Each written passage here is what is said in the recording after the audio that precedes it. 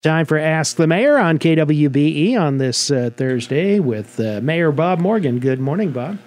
Doug, good morning. How are you? Pretty good. Nice day again. And, Absolutely. It looks like if you're going to the game Saturday, be a little warm. Better bring the suntan lotion. Won't need a jacket, I don't think. No. 96 degrees or whatever. Yeah, but that's going to be quite the climb because I don't think it's going to be 96 in the morning. No, it'll be down to 50 or so. And I don't know what's up with this wide swing and things lately. Well, but it's not time to quit watering your yard. No. Let's put it that way. No. Yeah, it's and some yards are beginning to look like they really need it too. That's for sure. Start out with a question today. We got one regarding 19th and Lincoln and where the four-way stop is now located. And the question revolves around. I always thought there was one. You say there's not. Southbound there, it looks like there's a turn lane to go west. And the question is there a turn lane on for everybody stopping at that, regardless of which direction you're headed? I'm going to have to drive through there, but I think there is something that's been used as a turn lane. Yeah. I'm not sure if it is a turn lane. I don't think there's any markings that I know. Yeah, I don't think there is either. And part of that, I'm trying to figure out. Yeah, I'd have to look again. Mm-hmm. But again, at this point in time, I don't want to bet the farm, but I think there's kind of a turn lane that's been used, whether it is a turn lane or not. Yeah. How's that? Is that the best way I can say it? People think they have enough room to get around somebody. They're like a lot of places. Yeah. And, I got to thinking back when Lincoln School was still being used, I wouldn't think there'd be many turn lanes because you'd have pedestrian traffic in there, and that's the last thing you'd want to cause another chance for an accident there between a car and a pedestrian. But I don't know. I might even drive through there today, too. I can't remember for sure, but seems to be, traffic-wise, though, going pretty well. It is. It is. I mean, it took a little while. Not necessarily people having to learn how to do a four-way stop because we all know how to do that. Mm-hmm. But sometimes it's just that, that memory bank says, oh, there's a stoplight. And now although I wouldn't say we all know how to do that. I live at 4th and Lincoln, so okay, yeah, okay. I'd say about 40% of the people know how to do that. But that's another topic. I was giving everybody credit. I know. Well, that's another topic for another day. But yes, I think it's worked pretty well. Certainly you're going to have your busy times. Mm-hmm. And ultimately, and we'll talk a little bit about an open house we have on State Streets for All. Mm-hmm. I think at the end of the day, not within the next 2 to 3 years, but at some point in time, probably the safest avenue and the most way to move the traffic through the most effective way is a roundabout. Yeah. Public's getting to use that one at 33rd and Lincoln now. That company, Constructors, has been really moving along on that project. I haven't been out there since that is now open, but have a couple of access points into the school now. We do. Yeah. We do. It's a pretty amazing. Constructors have done a really, really good job. And again, I think they're now moved to the last bit on Lincoln Street. Mm-hmm. But if you look at the Lincoln Street stuff that they have done and the 33rd Street, I think they've also enjoyed that's pretty much just straight shots without a lot of driveways or intersections and those type of things. So they could move pretty quickly. Yeah. Remember back when that was just the old asphalt, and it's like we put up with it for several years, but that took a lot of traffic to BSDC and still does, too. It does. It does, and again, I think, if you go back even further in time, those were two county gravel roads. And so at the end of the day, they've gone through a pretty major transformation from that point in time. Long term, is there any thought, because I think you discussed this a while back, toward finishing out 33rd as it connects to 136 and redoing that, or is that something that's yet to be determined into the future? I think it's yet to be determined at the end of the future. I guess a lot of that depends probably on what develops on those lots out in that area. Mm-hmm. Probably a lot depends on what Beatrice Public Schools decides to do with the property that they have left there. Mm-hmm. At the end of the day, right now we don't have anything major planned for that section. Okay. Well, yesterday at the Board of Public Works meeting, the discussion was on the new 1- and 6-year street plan. BPW approved it, passed it along to the City Council, which has the final say on it.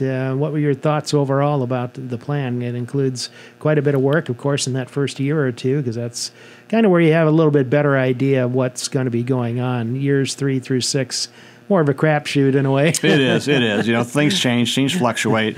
I mean, one of the things that really wasn't on the radar screen until now too is the development of Paddock and Lincoln schools. Mm-hmm.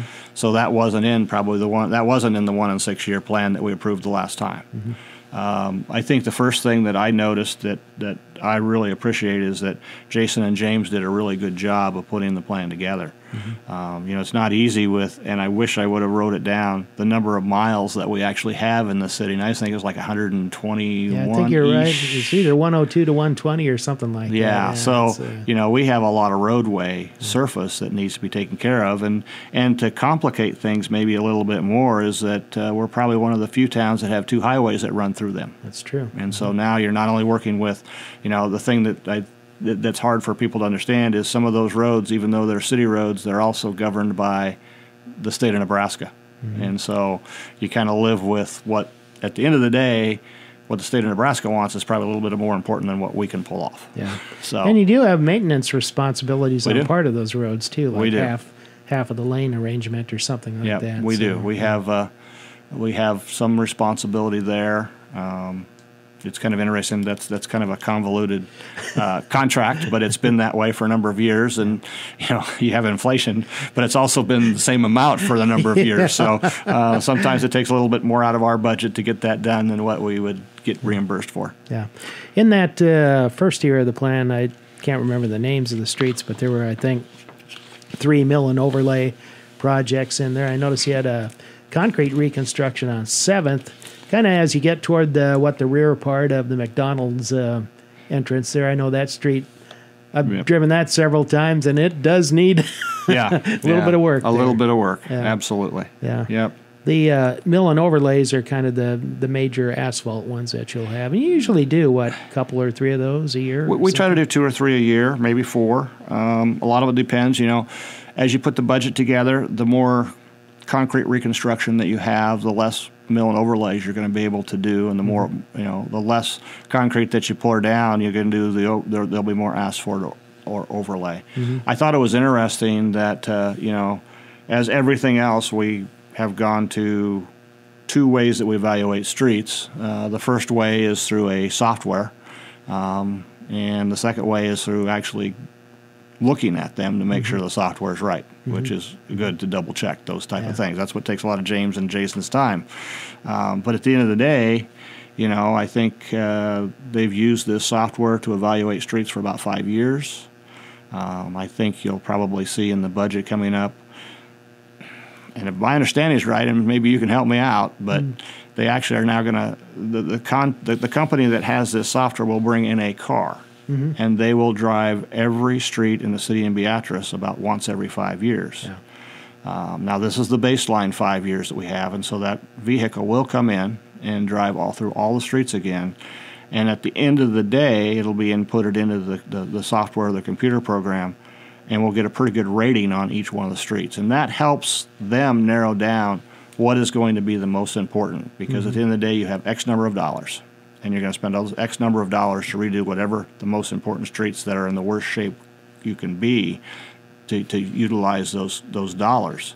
And so between the ratings that you have in this software computer program and James and Jason going out and looking at the roads specifically, I think we get the most bang for our buck and put the money where we believe the roads are in the worst shape. Probably makes sense to do that every 5 years, that driving it, because you never know when, you know, traffic patterns may change a little bit, and some roads actually taking a little bit more of a pounding than it used to, maybe say like 10 years ago. Yeah, and I think the other thing to keep in mind is, just like everything, we have some things that have an estimated life of 10 years, and it's going longer. I can think of, 10 to 15 years is what a heat pump sometimes lasts, and I know there's some that are going for 30 years. And on the other side of the coin, I see some that barely make that period of time. So that's where the on-site evaluation comes in. Mm-hmm. That's kind of interesting. Jason Moore was talking about the armor coating process and going away from gravel to more of a shale type project. I think it kind of looks like what the state calls a chip seal or something like that. Yep. Just because availability of material anymore, and the number of quarries out that are operating or not operating, or things change a little bit. So it's gotten to be a little bit of a difficult situation there. It has. So it'll be interesting to see how the shale works. Now, Jason's had experience with that from the state of Nebraska, so I anticipate that it will be, a great opportunity to put a new type of a material down that's going to help lengthen the streets. Yeah. The city council, are they considering the plan Monday night, or is that the next meeting? Or do you know? Probably Monday night would Monday be my night? guess, yes. Okay, all right. They still have the ability to change it or add if they want to.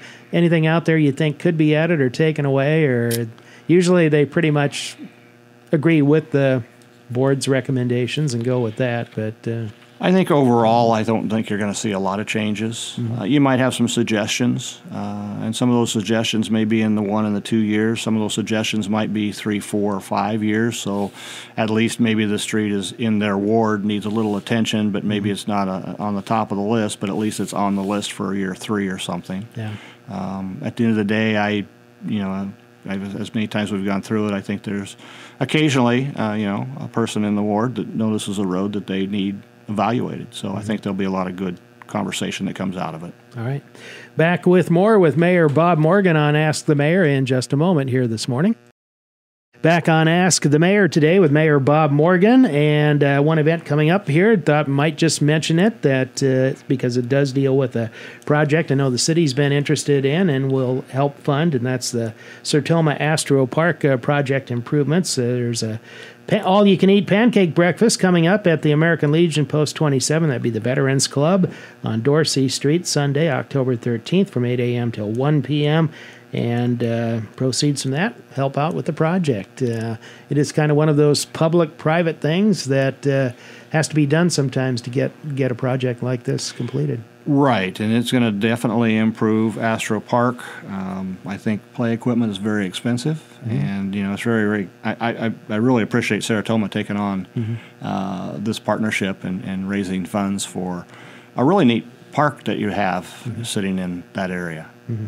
You've got another pending grant application, don't you, on that? I think we do. Right. Yeah. Maybe it's a Game and Parks or Land and Water. I'm not sure which one it is. Like that, I know we've got a set. We actually have several grants sitting out there working to try to upgrade a lot of different areas of the city. Yeah. Sometimes people decry the use of grants, but I tell you what, local funding can't do everything, and if you want to advance your town, you have to sometimes tap those sources of money that you've already paid in. That's true. And for me, being a very conservative individual, I look at it as some town's going to get it. If we say no, we don't want it and turn it back, there'll be another town that will just take it, and then we've kind of hurt ourselves on improvements because we didn't take the grant. So it's one of those things that it's kind of the way the federal government has set things up and how it works. And if you can take advantage of some of those grants and not have to put it on the tax rolls, that helps everybody. Yeah. I want to jump down, it's farther down the list of what I wanted to talk about today, but it is relevant to this, though. This past year, you went to the agreement with Merchant McIntyre to seek grants, seek congressional allocations when you could for projects. The most dramatic example of that was the RAISE grant, Correct. Which you scored a big one there. Is that coming up for renewal again, and what's your thought on staying with that arrangement? I believe the renewal will be January. I think we need to take a look at what our needs are. I think that we learned a lot from Merchant McIntyre, because the RAISE grant is one of the things that the city has tried to get before, because I think it comes around about every year. And what we've learned is there are some things we just can't do in-house. For example, I think one of the studies that was required in the RAISE grant was the study and the calculations to figure out by moving that road one block, how much emission do you save from the cars that drive it? Well, that's a pretty... I'm not sure how to do that. Scientific. That's pretty scientific, and actually we had to even reach out to Olson and Associates to work with McIntyre on that particular calculation. So as you look at the grants, there's a number of those. But I also know there's a number of grants that we're trying to get through, and this kind of ties in maybe with another agenda item item you have on the list, but I know that the Dempster Property Committee, led by Ted Fairbanks, is also trying to figure out how do we take down that elephant. And I know Merchant McIntyre are working on some grants there that will fund, hopefully, eventually taking that particular property down. Yeah. One more transportation issue. You have a second open house meeting coming up on the Safe Streets for All We do. effort, which is a grant. Well, it's a study, and then if you complete that, Right. then a possibility of a grant after that. Correct. Notice this one will be on October 30th, 4 to 6 p.m., but it'll be at the Beatrice High School Commons area. I know you've held most of those at the public library in the Right. past. Sometimes we try to move it around a little bit. I think that that's an important public open house meeting that we hope people do attend, because I think it's the final public open house before we submit the Safe Streets for All. And at the end of the day, it's one of those things. I think I've talked about studies and studies and studies before. It's one of those things that I've learned as you go through. You got to have this study completed before you can apply for grants that will then provide funding to make your streets and recommendations safe. Yeah. And so this is the first step. Again, once we have this done, we have some great talent inside that can write for some grants, and we also have Merchant McIntyre that can help us as well. So hopefully, as we look at a number of projects, and one of them is, remember, we had a study on Lincoln Street. And we certainly haven't lost sight of Lincoln Street at all. We're trying to figure out how to help fund it. And with the Safe Streets at All, if you drive Lincoln Street a lot, you can see some of the streets and intersections that could certainly be improved for safe streets. There was some discussion yesterday at the board meeting of kind of breaking that into 3 block segments or less, sort of make it easy to, not easy, but easier to handle, I guess. Correct, for a couple of reasons. One would be financial, and second of all, the flow of traffic. So, again, it's one of those things that we hope through the Safe Streets for All we can build some momentum and some grants to get busy on that project in the near future. You were at the Coffee with a Cop event Tuesday morning, I as was. a few people were. Not a lot of people, but it was middle of the work week, so sometimes that kind of prevents people. But kind of a nice little event, though. It really was. I enjoyed it. I'm an iced tea drinker, so the iced tea was good. My wife is a coffee drinker, and her coffee was good. Matter of fact, I think she took some of the iced coffee back to the office for the people that were working while she was there.